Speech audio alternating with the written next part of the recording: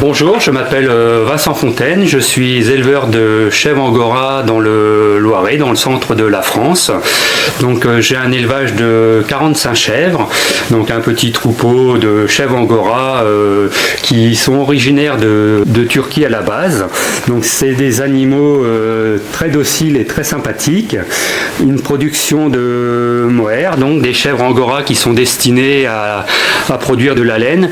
Elles font un petit peu du lait au moment des naissances, mais le lait n'est pas utilisé, c'est vraiment une race spécifique pour faire du mohair. Donc des petites chèvres qui viennent à l'origine de Turquie. C'est la Turquie qui a développé surtout la partie transformation de la laine, et après les chèvres sont arrivées en France au 15e siècle, et après elles sont arrivées en 1983 en France. C'est des éleveurs qui ont été chercher des chèvres au niveau du Texas, et il y a eu des chèvres qui ont été importés après du Québec et du Canada pour constituer un petit peu la génétique française des troupeaux en France qu'il y a actuellement. Donc moi je fais partie d'un groupement d'éleveurs de chèvres angora qui s'appelle Mohair de nos chèvres. Alors il y a deux groupements en France, un petit peu particuliers. Moi je fais partie de ce groupement-là, on est à peu près 45 éleveurs, et on transforme la filature qui s'occupe de la transformation de la laine se situe à Castres dans le Tarn. Donc c'est eux qui s'occupent de transformer toute la laine. Alors après nous on tond nos chèvres 2 fois par an. On tond au mois d'avril et au mois d'octobre. Après nous on tond un petit peu nos chèvres par rapport à des contraintes de filature pour pouvoir livrer et transformer la laine derrière. Les chèvres produisent 2 fois par an et en gros 2 kg de laine par animal, suivant les mâles et le gabarit des chèvres et la structure de la laine, le soin de la laine, et le poids est un petit peu différent. Donc on a un lot de chèvres ici qui sont les mères. Donc c'est des animaux assez curieux, donc pas trop craintifs. C'est des animaux assez rustiques aussi au niveau de l'élevage. Et après j'ai tout au fond du bâtiment un lot de chèvres qui sont des mâles castrés et des mâles entiers. Donc nous allons arriver vers le lot des chèvres des mâles. Donc ils sont un petit peu plus craintifs. Mais bon, après c'est assez curieux, donc voilà. Donc là, les chèvres, ils avaient été tondues au mois d'avril, et nous allons les retondre au mois d'octobre. Donc on fait 2 tondes par an, une tonde au mois d'avril, une tonde au mois d'octobre, et on est obligé de tondre un petit peu à ces périodes-là par rapport à la chaleur qu'il fait aussi en extérieur, mais aussi par rapport à des contraintes, par rapport à la livraison de la laine. On emmène notre laine à Castres dans le Tarn, donc c'est eux qui s'occupent de regrouper la laine de tous les éleveurs et qui s'occupent de la transformation. Donc il y a une partie de la transformation, on verra les produits tout à l'heure à la boutique. Voilà, après je vous ferai voir un petit peu tout ce qu'on peut faire avec la belle laine des chèvres angora. Donc vous voyez, c'est des animaux assez sympathiques, rustiques, et bon là ils sont un peu la tête dans le foin, mais bon voilà. Donc voilà un petit peu pour la présentation des chèvres angora. Là cette année c'était un petit peu compliqué parce qu'on est en période vraiment de sécheresse. Donc les animaux, moi ils sont rentrés tous les soirs en bâtiment. On est obligé de les nourrir depuis le mois de mai au foin parce qu'il n'y a plus d'herbe. Donc là on consomme déjà nos stocks de foin de l'année. Mais bon après voilà, en espérant qu'il y ait des orages et de la pluie qui reviennent, qu'on puisse nourrir nos animaux avec de la bonne herbe. Donc après c'est un élevage assez rustique, ça demande beaucoup de surveillance au niveau des animaux. C'est pas des animaux très compliqués à élever. Après faut avoir l'œil, c'est un petit peu l'œil de l'éleveur qui voit si on a un animal qui est malade ou pas. Mais bon, c'est des animaux qui sont rarement malades. Donc il y a quand même des soins à faire dessus. Ils ont quand même les onglons qui poussent assez rapidement. Donc bon aussi parce qu'on les nourrit bien. Donc il faut faire les soins des onglons. On nettoie un petit peu, je dirais, les parties souillées, tout ce qui est un petit peu urine avant la tonte, pour pas se retrouver avec de la laine souillée au moment du tri. Voilà un petit peu par rapport à ces animaux-là.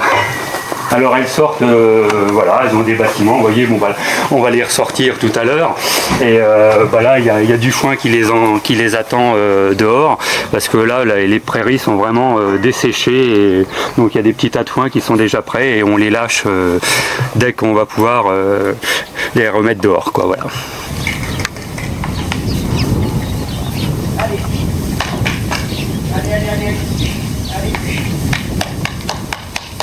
Allez, allez, allez. Allez. Allez.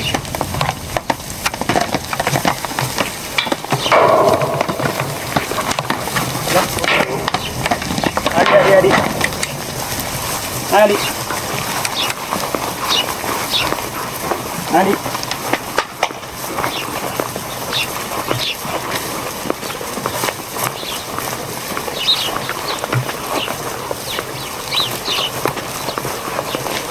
Allez.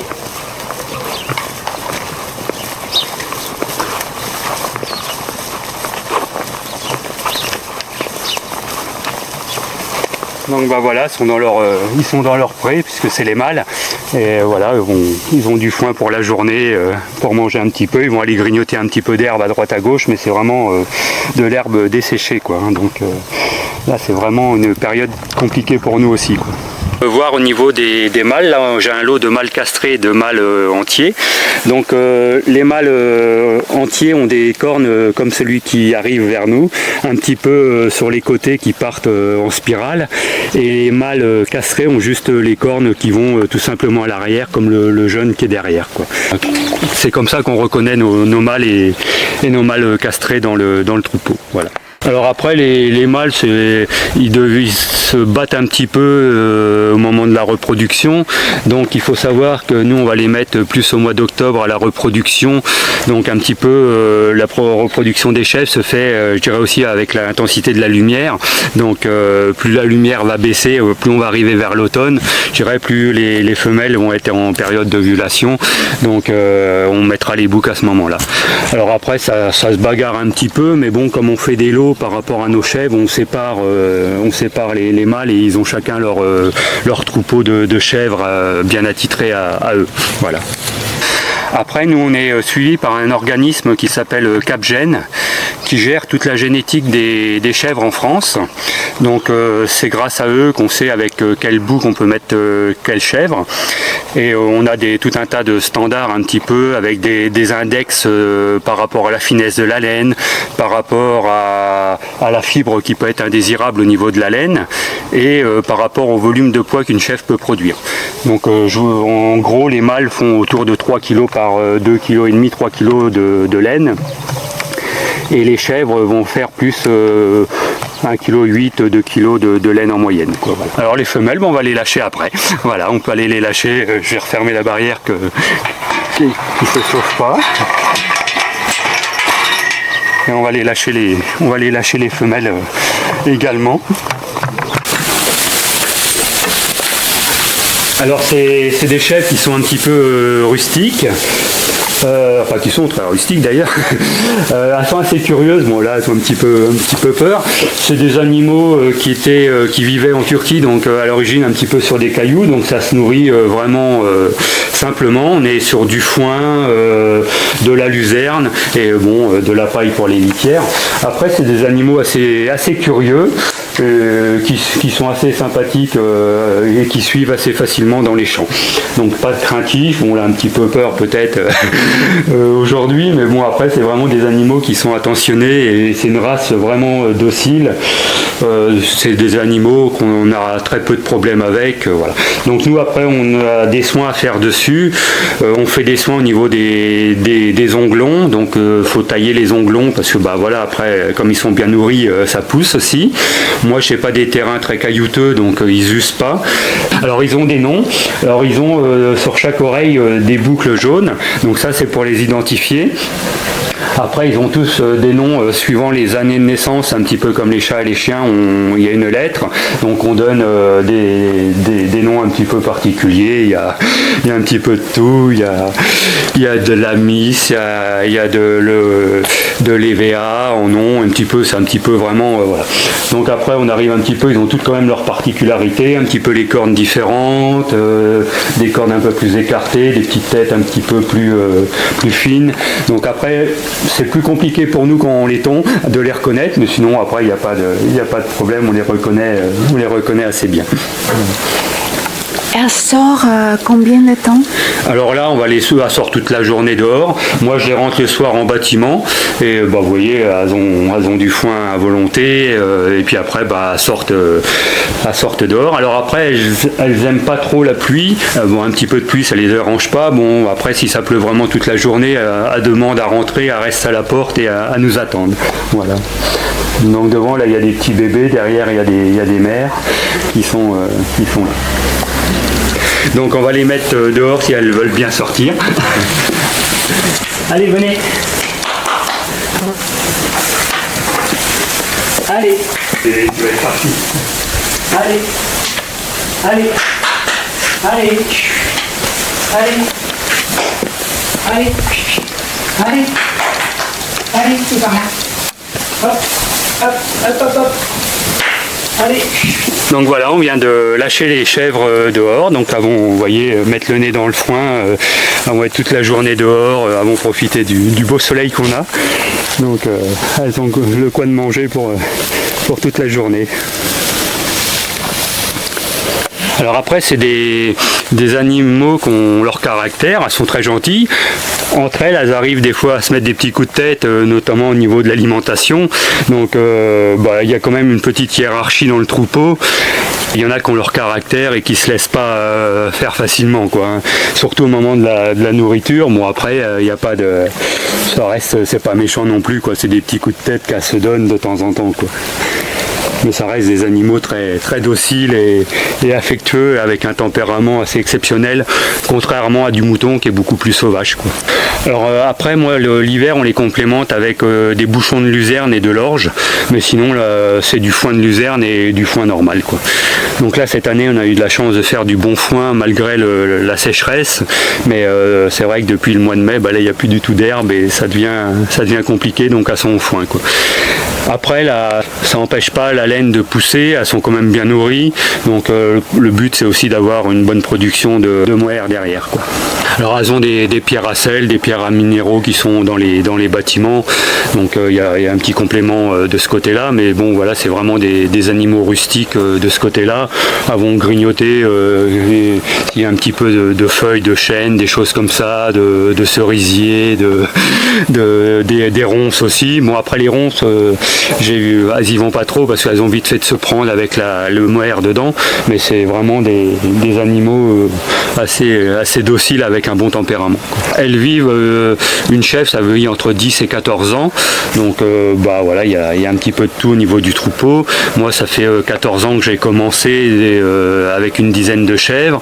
J'ai été monté à 70 chèvres à un certain moment, j'en ai vendu pour renouveler un petit peu mon troupeau, et puis là je suis à 45 chèvres sur le troupeau, quoi. Voilà. Alors après, moi j'ai jamais eu de problème de ce côté-là. Il peut y avoir des maladies comme dans tous les troupeaux, je dirais, de ruminants en France. Après, on a des services vétérinaires aussi qui nous suivent. On est quand même contrôlé au niveau du bien-être animal. Il y a des prises de sang qui sont faites, donc on est quand même suivi du côté sanitaire. Après, il peut malheureusement, comme tout troupeau, y avoir un jour un gros problème sur la France. Après, il y a quand même des réserves, je dirais, au niveau d'une banque, au niveau de la génétique. Donc on peut aussi recréer des troupeaux s'il y avait vraiment un problème, quoi. Alors après, il faut savoir que l'insémination artificielle ne marche pas trop bien sur les chèvres. Donc nous, on est surtout sur de la reproduction naturelle, quoi. Comment avoir une ferme en France? Alors ça c'est compliqué.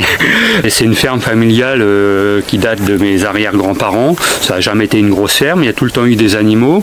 Après, pour pouvoir s'installer en France, alors soit on est un petit peu issu du milieu agricole ou pas du tout. Après, on a des aides au niveau des banques, des choses comme ça. Il y a des organismes comme la SAFER qui s'occupent de redistribuer par rapport à des jeunes agriculteurs qui veulent s'installer.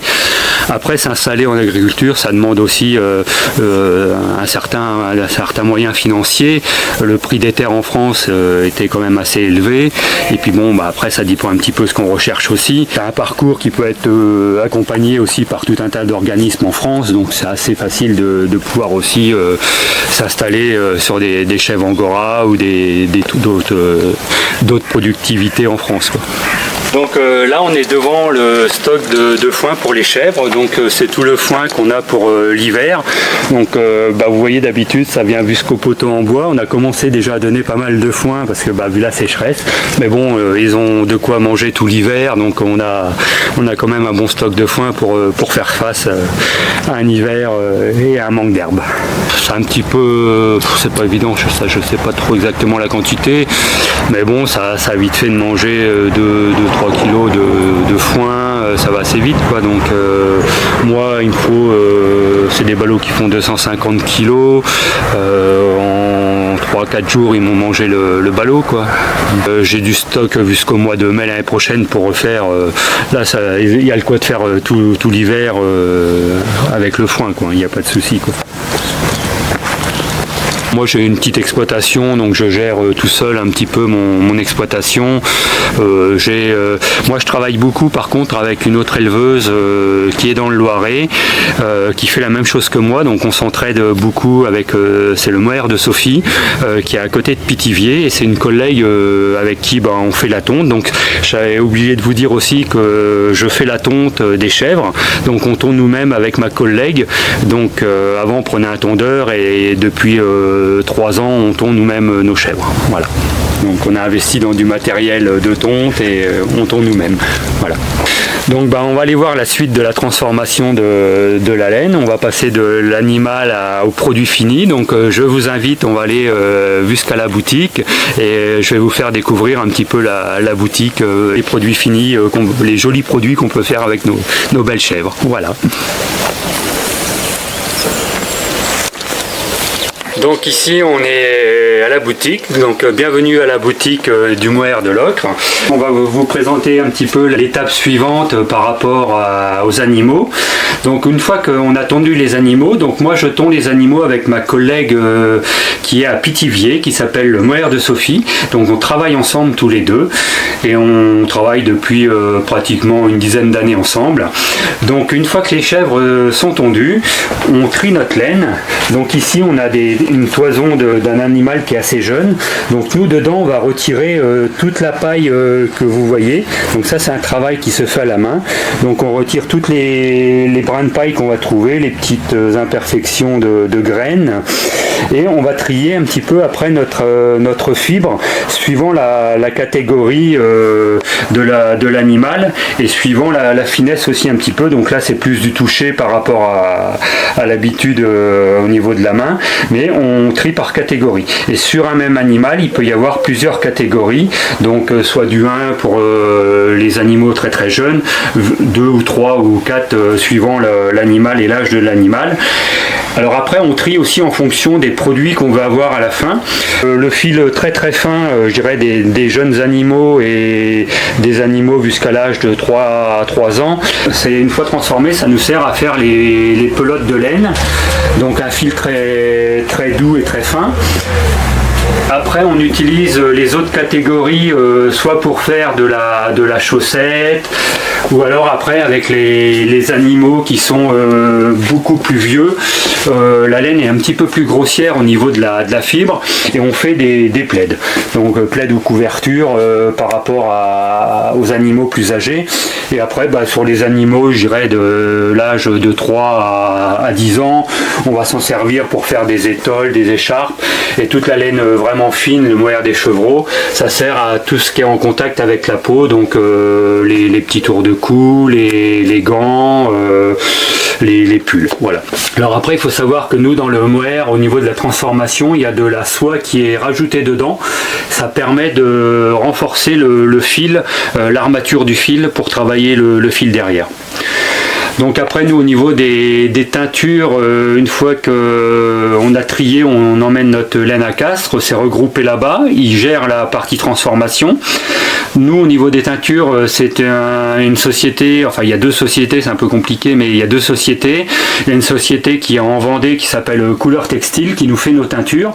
Donc on part à partir de bobines, je dirais de grosses bobines vierges, sur lequel le fil a été fabriqué, et dessus, à l'intérieur de ces bobines, il y a des bobines en plastique sur lesquelles il y a des trous, et cela, ça permet d'injecter sous pression la teinture et pour teindre les pelotes. Donc après, on a des pelotes qui sont teintes et remises sur des cônes en carton pour pouvoir être utilisées.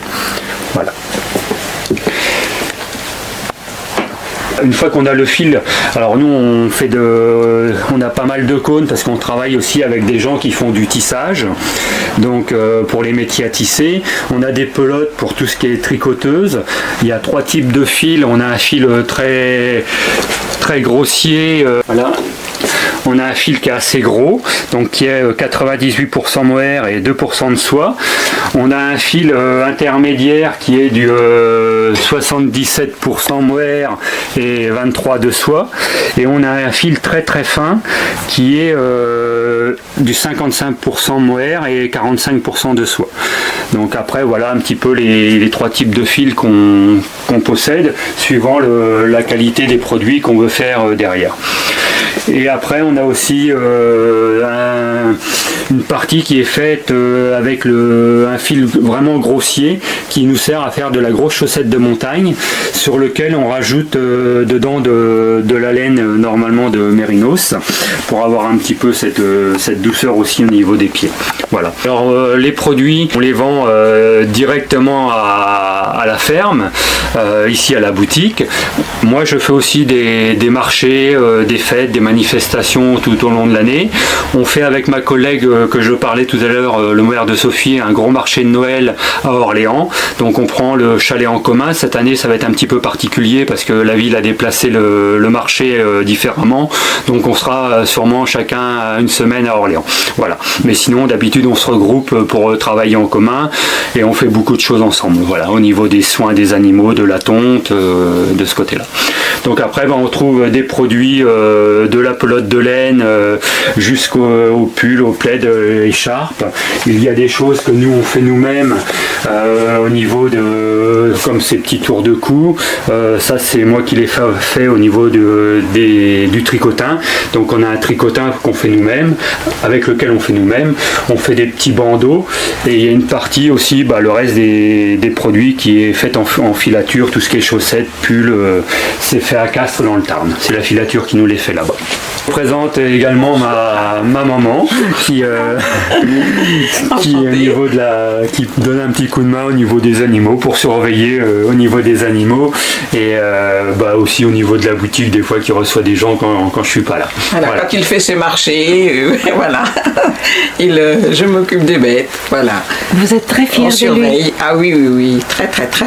Oui, parce que c'est quand même du travail. Il y a beaucoup de choses quand même à faire. Il faut s'occuper des bêtes, il faut tondre, tout ça, la tonte qu'ils font eux-mêmes. Il y a beaucoup de choses. Voilà, c'est impeccable. Donc voilà un petit peu la présentation de l'élevage de chèvres angora au niveau de la région du Loiret. Voilà. Oui, les produits sont donc faits, Vincent vous l'a dit, à Castres. Et c'est super, c'est chaud. L'été, on peut même les porter, on n'a pas chaud. Oui, après le mohair, c'est une fibre naturelle et très légère. C'est une fibre qui respire. Donc l'hiver, c'est vrai que quand on regarde au microscope, il y a comme des écailles sur la fibre. Donc c'est des fibres qui s'ouvrent, qui se referment suivant la température. Donc ça permet aussi justement par rapport à ce que les gens peuvent appréhender des fois, c'est de porter le mohair aussi. C'est aussi un produit qu'on peut porter l'été. Et on peut porter des chaussettes tout l'été. Oui. On transpire pas du tout dedans. Ouais. C'est vraiment des produits vraiment naturels de ce côté-là. Alors bien sûr après ça reste pour les bonnets, les gants, des produits d'hiver, mais voilà, après tout ce qui est chaussettes, petites étoiles, on fait des petits débardeurs, ça peut être aussi à porter l'été en soirée ou autre, voilà. Alors la boutique est ouverte toute l'année, après plus sur rendez-vous, les gens m'appellent en général et on reçoit sur demande au niveau des gens. Après on a une certaine clientèle qui connaît, donc qui vient régulièrement. Après l'élevage, je fais un petit peu moins à visiter parce que c'est pas tout à fait à côté de la boutique, c'est un peu moins pratique, mais bon, on peut aussi faire des visites de groupe exceptionnellement, quoi, voilà. Vous êtes ici tous les jours? Tous les jours. Moi, je suis à la retraite, donc c'est pour ça que je m'occupe des bêtes quand Vincent est dans les champs, parce qu'il a quelques champs aussi, et quand il fait ses marchés, voilà. Voilà, c'est bon. Ah oui, toujours. Il a tout le temps été cultivateur. Tout le temps. Il a fait son service militaire et il avait un troupeau de taurillons, des bœufs, voilà. Il avait 70 bêtes à s'occuper et après il a trouvé les chèvres avec qui il était passionné pour ça aussi et il s'est lancé là-dedans. Il a dit allez hop, je prends le risque. Voilà. Bon, après on a tout le temps eu des animaux sur la ferme, on a tout le temps aimé aussi la partie fibre de la laine. J'avais une grand-mère qui tricotait aussi, donc qui nous faisait des pulls. On a toujours aimé cette matière, cette fibre naturelle produite par les animaux, quoi. Et c'est vrai que j'étais peut-être sur un cheval avant de savoir marcher avec mes grands-parents, quoi, mais bon voilà, quoi. Oui, mes parents avaient des chevaux, tout ça, donc tout petit il allait à la ferme de mes parents, il s'occupait des bêtes, il était souvent là-bas pendant les vacances et puis assez souvent qu'on habitait à côté. Voilà. Donc voilà, j'espère que vous aurez apprécié la visite des chèvres Angora, la découverte de la fibre mohair. On reste sur des animaux très sympathiques et qui produisent de jolis produits qu'on peut porter tout au long de l'année. Bon, j'espère que le reportage vous a plu et que vous avez vu les animaux, tout ça, qu'ils étaient en bonne forme et tout. Il n'y a pas de souci. Je vous remercie. Donc je vous remercie pour toute l'attention que vous avez portée à cette vidéo et à ce joli reportage sur les chèvres Angora. Merci. Merci.